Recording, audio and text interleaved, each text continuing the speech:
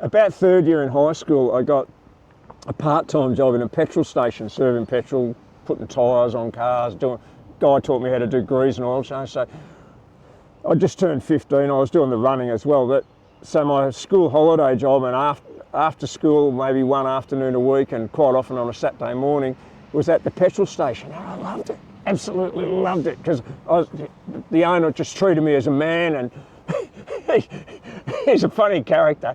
So there's a little country town, a little petrol station in the middle, and at Altona, and he was a gambler. So he sometimes on a Saturday he'd drive from Altona to Caulfield, and he'd go to the races, and he'd leave me, 15 years old, in charge of this petrol station. It was about a kilometre from our house. And my dad had walked the dog down, and he'd go, "You all right?" And I go, "Yeah, I'm fine. Yeah, what's he worried about? I'm running the show. I'm 15. I'm about this size." And this car's coming in and out. I'm serving them petrol, because you did on the drive there.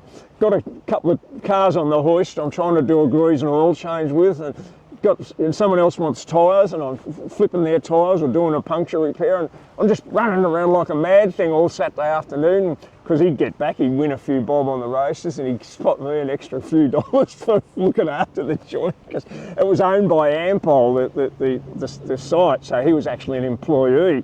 So God knows what would have happened if anyone from Ampol had ever come out and found, oh, he's gone to the bloody Caulfield races and left a 15-year-old kid.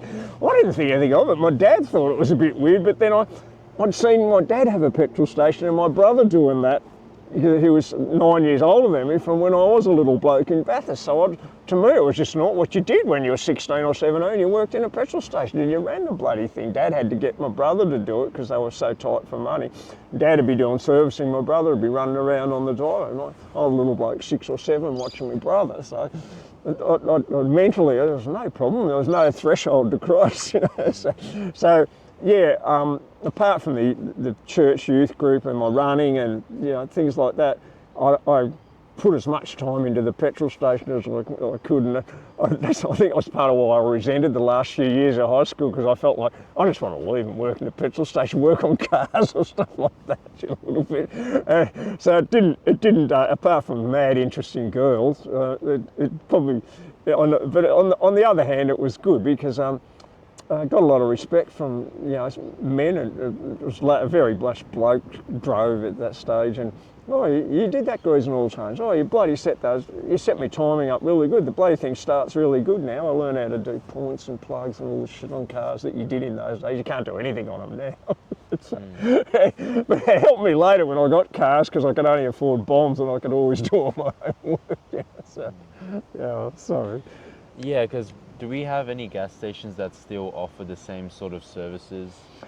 In some of the country towns, I see in Dalesford and things like that, and I think there's one somewhere in Keysborough or Clorinda, and they're sort of scattered around in little places where someone will actually come, and one in Frankston North called the Pines, and they come out and serve you on the drive, and they've got what they call a lube bay, where instead of going to Ultratune, you actually go there and they put the car up on the hoist, do grease and oil change.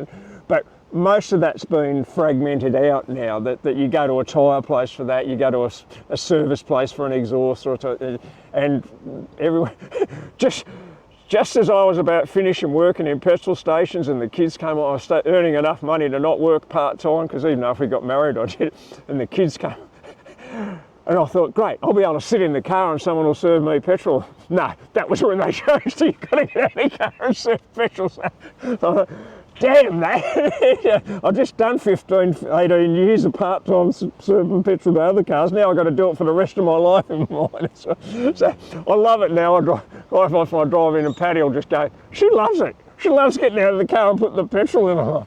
I did so many years of that, I hate it. But anyway, I'll do it under suffrage. She goes, why didn't you fill your car up? Because I do it as rarely as possible. I leave it till it's standing there, and then I stand there resentfully, fill the bloody thing up.